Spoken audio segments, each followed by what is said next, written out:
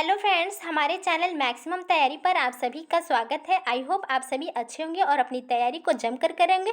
तो दोस्तों, आज हम लोग यूपी टेट 2023 के लिए एक नया प्रैक्टिस सेट लेकर आए हैं। यदि आप चैनल पर नए हैं तो प्लीज़ चैनल को सब्सक्राइब कर लें, और यदि आपने यूपी टेट की पिछली वीडियोज़ नहीं देखी है तो आप प्लेलिस्ट में जाके देख सकते हैं। तो चलिए दोस्तों, शुरू करते हैं। क्वेश्चन नंबर फर्स्ट है, स्टर्नबर्ग द्वारा प्रतिपादित बुद्धि के त्रितत्व या त्रिशाखी सिद्धांत के अनुसार निम्नांकित में से कौन सा एक शामिल नहीं है? ए है सृजनात्मक बुद्धि, बी है सांगीतिक बुद्धि, सी है प्रायोगिक बुद्धि, डी है विश्लेषण बुद्धि। तो आंसर क्या हो जाएगा यहाँ पे दोस्तों? बी हो जाएगा सांगीतिक बुद्धि। सांगीतिक बुद्धि दोस्तों हार्वर्ड गार्डनर की बुद्धि के अंतर्गत आती है। हार्वर्ड गार्डनर के बहुबुद्धि सिद्धांत के अंतर्गत सांगीतिक बुद्धि आती है। हार्वर्ड गार्डनर ने अपने बहुबुद्धि सिद्धांत में 9 प्रकार की बुद्धि के 9 प्रकार बताए हैं। सृजनात्मक बुद्धि दोस्तों ये स्टर्नबर्ग की है, प्रायोगिक बुद्धि भी है और विश्लेषण बुद्धि भी है। सृजनात्मक बुद्धि को दोस्तों सांदर्भिक बुद्धि भी कहते हैं, और यह परिस्थितिगत होती है। इसमें किसी भी समस्या का समाधान परिस्थिति के अनुसार किया जाता है। प्रायोगिक बुद्धि दोस्तों इसे अनुभवात्मक बुद्धि भी कहते हैं। इसमें किसी भी समस्या का समाधान अपने पूर्व अनुभव के आधार पर किया जाता है। विश्लेषण बुद्धि किसे कहते हैं दोस्तों? तो घटकी बुद्धि को विश्लेषण बुद्धि भी कहते हैं। इसमें किसी भी समस्या का समाधान अपने वर्तमान बुद्धि के अनुसार किया जाता है। ठीक है, आगे देखते हैं। क्वेश्चन नंबर सेकंड है, मनोसामाजिक विकास का सिद्धांत दिया है। ए है अल्बर्ट बंडूरा ने, बी है फ्रॉयड ने, सी है एरिक एरिक्सन ने, डी है पियाजे ने। तो मनोसामाजिक विकास का सिद्धांत किसने दिया है दोस्तों? आंसर क्या हो जाएगा? सी, एरिक एरिक्सन ने दिया है। ठीक है, इसमें इन्होंने 8 प्रकार के चरण दिए हैं। 8 चरण इसमें इन्होंने दिए हैं। पहला चरण कौन सा है? तो पहला है विश्वास बनाम अविश्वास। विश्वास बनाम अविश्वास ये अवस्था इन्होंने दी है। पहली अवस्था उनकी है। ये कब से कब तक देखने को मिलती है? 0 से 2 वर्ष के बालकों में या शैशव काल की अवस्था में ये पाई जाती है। विश्वास बनाम अविश्वास की अवस्था, यदि बालक को माता पिता से उचित स्नेह और प्यार मिलता है तो उसमें विश्वास की भावना पनपती है, और यदि माता पिता से उसे रोता चिल्लाता बिलखता उसे ऐसे ही छोड़ दिया जाता है जिस अवस्था में वो है, तो इसमें अविश्वास की भावना पनपती है। ठीक है, तो आंसर क्या यहाँ पे पहली अवस्था विश्वास बनाम अविश्वास की अवस्था है। दूसरी अवस्था है दोस्तों उनकी स्वायत्तता बनाम शर्म या लज्जा की अवस्था। स्वायत्तता बनाम शर्म या लज्जा की अवस्था है। इसमें बालक में दोस्तों अपने खुद से कार्य करने की इच्छा जागृत होती है। ठीक है, उनमें खुद से किसी कार्य को करने की इच्छा जागृत है, वो खुद से कपड़े पहनना, खाना खाना, मल त्यागना शुरू कर देता है। और यदि वो उसकी इस कार्य के प्रति यदि माता पिता के द्वारा उसको डांटा फटकारा जाता है तो उसमें शर्म की भावना उत्पन्न होती है। तीसरी अवस्था देखते हैं दोस्तों। तीसरी अवस्था है उनकी पहल बनाम अपराध की अवस्था। है। जब बालक में दोस्तों स्वतंत्रता की भावना जागृत हो जाती है तो वह उनमें अन्वेषण करने की इच्छा जागृत होती है। वो अन्वेषण करना शुरू कर देते, कोई नई नई चीज़ें खोजना शुरू कर देते हैं। तो इस क्रिया के प्रति उनको माता पिता के द्वारा सराहना दी जाती है तो उसमें पहल की भावना उत्पन्न होती है, और यदि आलोचना की जाती है तो पहल बनाम अपराध की भावना शुरू होती है। अपराध की भावना शुरू हो जाती है। ठीक है दोस्तों, चौथी अवस्था है दोस्तों उनकी परिश्रम बनाम हीनता की भावना। परिश्रम बनाम हीनता की भावना। तो यह अवस्था दोस्तों कब देखने को मिलती है? तो यह अवस्था बालकों में बाल्यावस्था में देखने को मिलती है। कब देखने को मिलती है? तो बाल्यावस्था में देखने को मिलती है। या तो इसमें बालक स्कूल में जाता है तो हमेशा सोचता है कि हम सबसे आगे रहें, तो वो सबसे आगे रहने के लिए खूब सारे परिश्रम करता है। और यदि वो परिश्रम में करते मतलब उसमें जिसलिए वो परिश्रम करता है, यदि उसमें सफल हो जाता है तो उसमें परिश्रम की भावना उत्पन्न हो जाती है और भी बढ़ती है, और यदि वो असफल रहता है तो उसमें हीनता की भावना उत्पन्न होती है। तो इस अवस्था को यह अवस्था परिश्रम बनाम हीनता की अवस्था है दोस्तों। चौथी है। पाँचवीं अवस्था है उनकी दोस्तों पहचान भ्रांति की अवस्था। पहचान बनाम पहचान भ्रांति की अवस्था। यह अवस्था दोस्तों किशोरों में देखने को मिलती है। ज़्यादातर यह किशोरों में देखने को मिलती है। छठवीं अवस्था है उनकी दोस्तों आत्मीयता बनाम अलगाव की अवस्था, आत्मीयता बनाम अलगाव की अवस्था। यह अवस्था दोस्तों 21 से 40 वर्ष की अवस्था में देखने को मिलती है। आत्मीयता बनाम अलगाव की अवस्था, इसमें जो है व्यक्ति को किसी व्यक्ति के प्रति जो है अत्यधिक लगाव हो रहता है और किसी व्यक्ति के प्रति जो है अत्यधिक जो है घृणा होती है। तो ये आत्मीयता बनाम अलगाव की अवस्था है। 7वीं अवस्था क्या है दोस्तों? उत्पादकता बनाम स्थिरता की अवस्था। उत्पादकता बनाम स्थिरता की अवस्था, इसमें व्यक्ति, यह अवस्था जो है दोस्तों 40 से 50 या 65 वर्ष की आयु तक देखने को मिलती है। इसमें व्यक्ति जो है अपने बच्चों के लिए सोचता है क्या क्या कर दे, क्या ज़मीन खरीद के दे दे, घर बनवा दे, ताकि वो अपनी आने वाली अपनी जो है अपने जीवन में सुखी रहे। तो ये जो है अपनी पीढ़ी के लिए जो है इसमें व्यक्ति जो है सोचता है क्या क्या बना ले, उत्पादकता की अवस्था होती है। और जो है जब व्यक्ति में यह जो है ये इच्छा नहीं रहती है तो उस अवस्था को स्थिरता की अवस्था कहते हैं। आगे देखते हैं क्वेश्चन 8वां चरण है उनका, संपूर्णता बनाम हीनता की भावना। संपूर्णता बनाम हीनता की भावना। अब इसमें व्यक्ति जो है अपने भविष्य के बारे में ना सोच के अपने जो है बीते हुए कल के बारे में सोचता है कि उसने अभी तक अपने जीवन काल में क्या क्या किया। अगर उसने धनात्मक कार्य किया हो तो उसमें संपूर्णता की भावना उत्पन्न होती है। अगर उसने ऋणात्मक कार्य किया हो तो उसमें निराशा की भावना होती है। संपूर्णता बनाम निराशा। ठीक है दोस्तों, ये उनकी 8वीं अवस्था थी। तो ये है दोस्तों मनोसामाजिक विकास के सिद्धांत के अंतर्गत 8 चरण, जो कि एरिक एरिक्सन ने दिया है। आंसर हो जाएगा सी। आगे देखते हैं अल्बर्ट बंडूरा किससे संबंधित है दोस्तों? तो इनका जो सिद्धांत है अधिगम का, इन्होंने सिद्धांत दिया है सामाजिक अधिगम का सिद्धांत, प्रेक्षण अधिगम का सिद्धांत और अवलोकन अधिगम का सिद्धांत। और फ्रायड ने साइकोसेक्सुअल थ्योरी दिया है। फ्रायड ने साइकोसेक्सुअल थ्योरी दिया या मनोविश्लेषणात्मक सिद्धांत दिया है। पियाजे ने दोस्तों संज्ञानात्मक विकास का सिद्धांत दिया है। इन्हें विकासात्मक मनोविज्ञान का जनक भी कहते हैं। आगे देखते हैं क्वेश्चन नंबर 3 है, स्विट्जरलैंड के सुप्रसिद्ध मनोवैज्ञानिक जीन पियाजे ने संज्ञानात्मक विकास के 4 मूल आधार बताए हैं। निम्न में से कौन सा आधार असंगत है? ए है संवेदी गामक अवस्था, बी है प्राक संक्रियात्मक अवस्था, सी है अनौपचारिक संक्रियात्मक अवस्था, डी है मूर्त संक्रियात्मक अवस्था। तो आंसर क्या हो जाएगा दोस्तों? यहाँ पे कौन सी पूछ रहा है कि नहीं है, तो कौन सी हो जाएगी? सी अनौपचारिक अवस्था। कौन कौन सी है? तो संवेदी पहली अवस्था संवेदी पेशी अवस्था है, दूसरी प्राक संक्रियात्मक अवस्था, तीसरी मूर्त संक्रियात्मक अवस्था है, ये पहली, ये दूसरी और ये तीसरी है। चौथी दोस्तों औपचारिक संक्रियात्मक अवस्था, न कि अनौपचारिक। तो ये फॉर्मल है, फॉर्मल स्टेज है, ना कि इनफॉर्मल। ठीक है दोस्तों, तो यहाँ पे यही नहीं है। ठीक है, ये चौथी अवस्था थी, फॉर्मल जो है चौथी अवस्था है। ठीक है दोस्तों, आगे देखते हैं क्वेश्चन नंबर 4 है, विकास का वही संबंध परिपक्वता से है जो उद्दीपन का से है। ए है परिवर्तन, बी है प्रतिक्रिया, सी है प्रयास, डी है परिणाम। तो विकास का जैसा संबंध परिपक्वता से है दोस्तों, वो इसी प्रकार उद्दीपन का किससे है? प्रतिक्रिया से। आंसर क्या हो जाएगा भी? उद्दीपन का प्रतिक्रिया से। कोई भी समस्या किसी व्यक्ति के सामने आती है तो वो क्या करता है? उस समस्या को सुलझाने के लिए कुछ ना कुछ कार्य करता है ना। तो वही क्या है? उस समस्या जो होगी उसके लिए उद्दीपन हो गई, और जो उसने उस समस्या को सुलझाने के लिए कार्य किया वो क्या हुई? प्रतिक्रिया हो गई। ठीक है, आगे देखते हैं क्वेश्चन नंबर 5 है, मैकडूगल के अनुसार मूल प्रवृत्तियां होती हैं। ए है जन्मजात, बी है अर्जित, सी है जन्मजात एवं अर्जित, डी है मैकडूगल ने मूल प्रवृत्तियों के संबंध में कुछ नहीं कहा है। तो मैकडूगल के अनुसार मूल प्रवृत्तियां कैसी होती हैं दोस्तों? तो आंसर हो जाएगा ए, जन्मजात होती है। कैसी होती है? जन्मजात होती है। इन्होंने 14 जो है मूल प्रवृत्तियों के बारे में बताया है। 14 मूल प्रवृत्तियों के बारे में इन्होंने बताया। ठीक है दोस्तों, आगे देखते हैं क्वेश्चन नंबर 6 है, भाषा सीखने में सामाजिक अंतःक्रिया का महत्वपूर्ण स्थान है। इस कथन का संबंध है, यहाँ कथन होगा दोस्तों, इस कथन का संबंध है। ए है स्किनर, बी है चोम्स्की, सी है वाइगोत्स्की, डी है पियाजे। तो भाषा सीखने में सामाजिक अंतःक्रिया, अगर सामाजिक आ गया दोस्तों और अंतःक्रिया आ गया तो सीधे आप लगाना है वाइगोत्स्की, क्योंकि सामाजिक अंतःक्रिया का सिद्धांत जो है वाइगोत्स्की ने ही दिया है। ठीक है, इनके सिद्धांत में इन्होंने एमकेओ का सिद्धांत दिया है। सामाजिक अंतःक्रिया का सिद्धांत तो दिया है, एमकेओ का सिद्धांत, जेडपीडी का सिद्धांत और स्कैफोल्डिंग का सिद्धांत,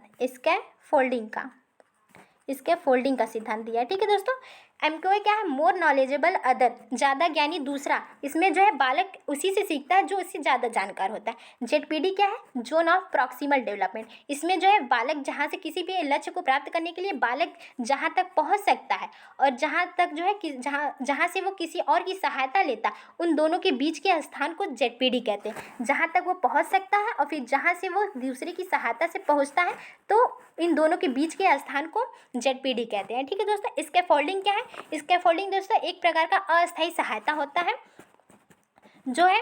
स्कैफोल्डिंग जो है, जैसे आप एग्जांपल देख लीजिए, जैसे साइकिल, अब जब साइकिल सीखते हैं तो शुरुआती दौर में जो है उसे जो है किसी अन्य व्यक्ति के द्वारा सहायता दी जाती है। पहले क्या पकड़ के सिखाता है कोई ना कोई, तो वो हमेशा तो पकड़ के आपको चलाना सिखाएगा नहीं। एक समय ऐसा आता है कि आप खुद से चलाना सीख जाते हैं। तो वही जो स्टार्टिंग में जो अस्थायी सहायता व्यक्ति दिया रहता है उसे स्कैफोल्डिंग कहते हैं। ठीक है। तो आंसर यहाँ पे क्या है दोस्तों, वाइगोत्स्की। आंसर सी हो जाएगा वाइगोत्स्की। आगे देखते हैं, क्वेश्चन नंबर 7 है, अर्जित गुणों के हस्तांतरण का सिद्धांत दिया है। ए है डार्विन ने, बी है लैमार्क ने, सी है गाल्टन ने, डी है मेंडल ने। तो अर्जित गुणों के हस्तांतरण का सिद्धांत किसने दिया है दोस्तों, आंसर क्या हो जाएगा, बी हो जाएगा, लैमार्क ने दिया है। किसने दिया है, लैमार्क ने दिया है। इन्होंने फॉर एग्जाम्पल इन्होंने दिया कि जिराफ के बारे में बताया कि जिराफ की पहली गर्दन जो घोड़े के समान थी, लेकिन क्या हुआ, वह चूँकि वृक्षों की पत्तियां खाता था, तो जब पेड़ों की पत्तियां जो है नीचे की खा लेता था, ऊपर की खाता था, तो उसकी गर्दन पर जो है खिंचाव करना पड़ता था, गर्दन को खींचना पड़ता था। तो इस कारण जो है उसकी गर्दन जो है धीरे धीरे लंबी होती जाती है और पीढ़ी दर पीढ़ी यह गुण जो है बढ़ती जाती है और एक समय ऐसा आता है कि उनमें जो है गर्दन काफ़ी लंबी हो जाती है। तो यही जो है अर्जित गुणों के, चूँकि वो बाहर से अर्जित कर जन्मजात, तो उनकी गर्दन लंबी रहती नहीं है, उन्होंने अर्जित किया है, इसलिए अर्जित गुणों के हस्तांतरण का सिद्धांत कहते हैं इसे। ठीक है। तो इसे लैमार्क ने दिया। डार्विन की एक पुस्तक है दोस्तों, बायोग्राफिकल स्केच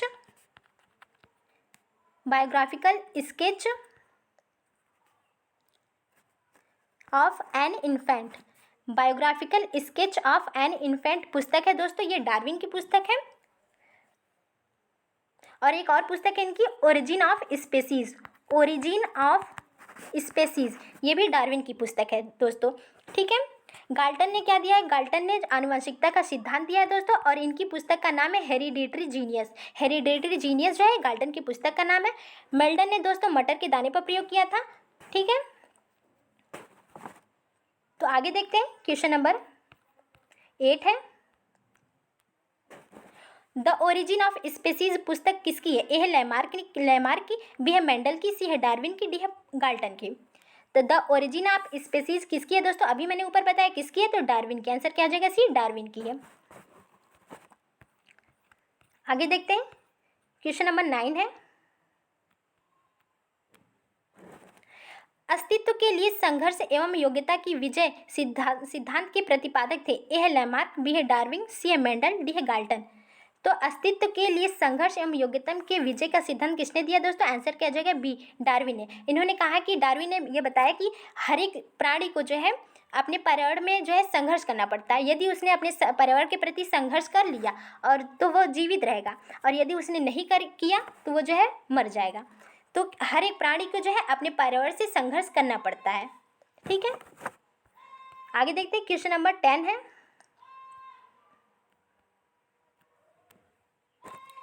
प्रतिभाशाली माता पिता के कम प्रतिभाशाली संतान की प्रवृत्ति और निम्न कोटि के माता पिता से कम निम्न कोटि की संतान होने की प्रवृत्ति ही प्रत्यगमन है। ए है सोरेनसन ने, बी है पी जिसबर्ट ने, सी है मैकेवर ने, डी है लैमार्क ने। तो दोस्तों प्रत्यगमन का जो है यह स्टेटमेंट किसने दिया, आंसर क्या हो जाएगा, ये सोरेनसन ने दिया। किसने दिया, सोरेनसन ने। प्रत्यगमन का सिद्धांत जो है ये आनुवंशिकता के अंतर्गत आता है। ठीक है दोस्तों। आगे देखते हैं, क्वेश्चन नंबर 11 है, 5 वर्ष तक की अवस्था शरीर तथा मस्तिष्क के लिए बड़ी ग्रहणशील हो रहती है। ए है हरलॉक ने कहा है, बी क्रो ने कहा है, सी है टर्मन ने, डी है फ्राइड ने। तो यह स्टेटमेंट किसका है दोस्तों, आंसर क्या हो जाएगा यहाँ पे, बी क्रो का है। ठीक है दोस्तों। ये सारे स्टेटमेंट दोस्तों बहुत ही इंपॉर्टेंट है, आप लोग याद रखिएगा इसको, क्योंकि कई बार एग्जाम में आए हैं। ठीक है। आगे देखते हैं, क्वेश्चन नंबर 12 है, शैशवावस्था सीखने का आदर्श काल है, यह कथन है। ए है वॉटसन का, बी है वैलेंटाइन का, सी है क्रो का, डी हरलॉक का।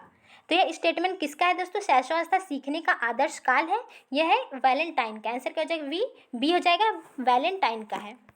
आगे देखते हैं, क्वेश्चन नंबर 13 है, निम्न में से कौन सा पूर्व संक्रियात्मक अवस्था काल के बच्चों को की विशेषता करता है, विशेषता बतलाता है दोस्तों, ठीक है, बच्चों की विशेषता बतलाता है। ए है लक्ष्य निर्देशित व्यवहार, बी है विलंबित अनुकरण, सी है विचारों की अनुक्रमणीयता, डी है वर्तुल प्रतिक्रिया। तो पूर्व संक्रियात्मक अवस्था के बारे में कह रहा था दोस्तों, तो इसमें कौन सी विशेषता मिलती है देखने को? सी हो जाएगा, विचारों की अनुक्रमणीयता, ठीक है, विचारों की जैसे क्या हो जाए, एग्जाम्पल देखिए कि अगर बालों को टी दिखाएंगे तब तो वो टी जानेगा। अगर यहीं पे हमने आई बना दिया इसको, तो हम पूछेंगे टी कहाँ गया, तो कहेगा टी तो है ही नहीं इसमें।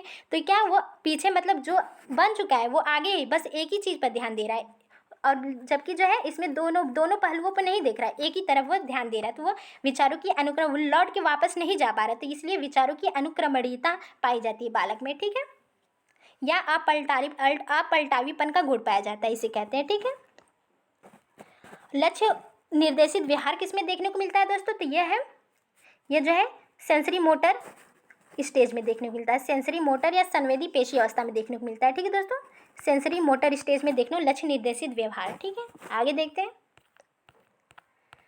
क्वेश्चन नंबर 14 है, अधिगम के स्तर हैं, ए है 2, बी है 3, सी है 4, डी है 5। अधिगम के कितने स्तर हैं दोस्तों? आंसर क्या हो जाएगा? अधिगम के 3 स्तर है, आंसर बी हो जाएगा, अधिगम के 3 स्तर। कौन कौन से? स्मृति स्तर है, बोध स्तर है और चिंतन स्तर है। स्मृति, बोध और चिंतन। स्मृति स्तर किसने दिया? हर्बर्ट स्पेंसर ने दिया है, हर्बर्ट स्पेंसर ने। बोध स्तर मॉरिसन ने, मॉरिसन। चिंतन स्तर मॉरिसन पी हंट ने दिया, ठीक है दोस्तों, मॉरिसन पी हंट ने दिया। तो अधिगम के ये स्तर है दोस्तों, आप लोग याद रखिएगा। आगे देखते हैं, क्वेश्चन नंबर 15 है, सीखने के वक्र के प्रकार हैं, ए है सामान्य निष्पादन वक्र, बी है उन्नतोदर, सी है नतोदर, डी है मिश्रित वक्र रेखा। तो सीखने के वक्र के प्रकार है कौन कौन से दोस्तों? तो यहाँ पे ऑल ऑफ एबव होना चाहिए था, यहाँ पे ऑल ऑफ एबव, उपयुक्त सभी होंगे, ठीक है दोस्तों, ऑल ऑफ एबव है यहाँ पे, तो यहाँ पे सभी होना चाहिए, ये भी है, ये भी है, ये भी है, ठीक है दोस्तों। सामान्य निष्पादन वक्र को दोस्तों रेखित त्वरण भी कहते हैं, रेखित त्वरण भी कहते हैं, ठीक है। इसमें जो है इसका ग्राफ ऐसे बनता है, कुछ ऐसे बनता है, ठीक है दोस्तों। ये जो है 90 डिग्री के एंगल पर रहेगा, और ये जो है यहाँ पे अधिगम के बारे में, अधिगम स्तर को दिखलाता है, ठीक है दोस्तों। इसमें जो है वक्र रेखा जो है ये सीधे जा रही है, तो इसमें जो है व्यक्ति जो है समान रहता है, इसमें जो सीखने का जो वक्र रहता है वो समान रहता है, ना तो घटता है ना बढ़ता है, एक समान चलता रहता है। पहला है ये सामान्य निष्पादन का वक्र। उन्नतोदर में क्या होता है? इसका ग्राफ ऐसे बनता है दोस्तों, उन्नतोदर में ऐसे बनता है। सीखने का जो वक्र है इसमें पहले तो बढ़ता है, फिर क्या है, घटना शुरू हो जाता है। बालक में पहले सीखने के लिए काफ़ी उत्साह रहता है, तो वक्र जो है बढ़ता है सीखने की गति, और इसमें फिर धीरे जब उत्साह कम हो जाता है तो घटने लगती, तो ये है उन्नतोदर। नतोदर क्या है दोस्तों? नतोदर का ग्राफ कुछ इस प्रकार से बनेगा, ऐसे। इसमें जो है बालक में नतोदर में क्या, पहले तो सीखने की गति धीमी रहती है, लेकिन कुछ समय के बाद धीरे धीरे ये बढ़ने लगती है, तो ये नतोदर हो गया, ठीक है। और जो है मिश्रित वक्र रेखा क्या है दोस्तों? मिश्रित में क्या है, इसका ग्राफ ऐसे बनता है, इसमें सीखने की गति घटती बढ़ती रहती है, इसमें सीखने की जो गति है ये घटती बढ़ती रहती है, ठीक है। तो ये है सीखने के वक्र के प्रकार। तो यहाँ पे ऑल ऑफ होंगे दोस्तों, सभी उपयुक्त सभी, ऑल ऑफ एबव सही सभी यहाँ पे होंगे, ठीक है। आगे देखते हैं, क्वेश्चन नंबर 16 है, किसी एक प्रक्रिया या क्रिया कह लीजिए, ये नहीं रहेगा, किसी एक क्रिया में मनुष्य की उन्नति या अवनति को पुनः उपस्थित करना ही सीखने का वक्र है। ये किसका स्टेटमेंट है? ए है जॉनसन का, बी है स्किनर का, सी है हेलिंगवर्थ का, डी है क्रूज का। तो किसी एक क्रिया में मनुष्य की उन्नति और अवनति को पुनः उपस्थित करना ही सीखने का वक्र है, ये किसका स्टेटमेंट है? आंसर क्या हो जाएगा? बी, स्किनर का है। किसका है? स्किनर का है। आगे देखते हैं, क्वेश्चन नंबर 17 है, सीखने के पठार के कारण हो सकते हैं। ए है प्रयत्न बंद कर देना, बी है गलत तरीका अपनाना, सी है अभिप्रेरणा का खत्म होना, डी है रुचि न होना, ई है परिश्रम कम करना, एफ है इनमें से सभी। तो तो सीखने के पठार के कारण क्या हो सकते हैं दोस्तों? सीखने का पठार क्या होता है? जब जो है सीखने में ना तो किसी प्रकार की उन्नति होती, ना ही अवनति होती, एकदम से जो है शून्य हो जाता है सीखना जो है, तो उसे सीखने का पठार कहते हैं। ठीक है, तो इसमें इसका कारण क्या हो सकते हैं? तो प्रयत्न कम कर देना, बंद कर देंगे तो भी सीखने का पठार हो जाएगा, ना तो कुछ सीखेंगे, ना कुछ कम होगा, ना बढ़ेगा। गलत तरीका अपना लेंगे, अभिप्रेरणा खत्म हो जाएगी, तब भी जो है सीखने का पठार हो जाएगा। रुचि नहीं रहेगी, तभी आप जो है कुछ नहीं सीखेंगे। परिश्रम कम करेंगे तो भी कुछ नहीं सीखेंगे। तो आंसर यहाँ पे इनमें से सभी सीखने के पठार के कारण है। आंसर क्या हो जाएगा? इनमें से सभी। आगे देखते हैं, क्वेश्चन नंबर 18 है, अधिगम स्थानांतरण के प्रकार हैं। अधिगम स्थानांतरण के प्रकार हैं, ए है धनात्मक, बी है ऋणात्मक, सी है शून्य स्थानांतरण, डी है इनमें से सभी। तो अधिगम स्थानांतरण के दोस्तों प्रकार ये सभी है। आंसर क्या हो जाएगा? डी, इनमें से सभी। धनात्मक, ऋणात्मक और शून्य स्थानांतरण होता है।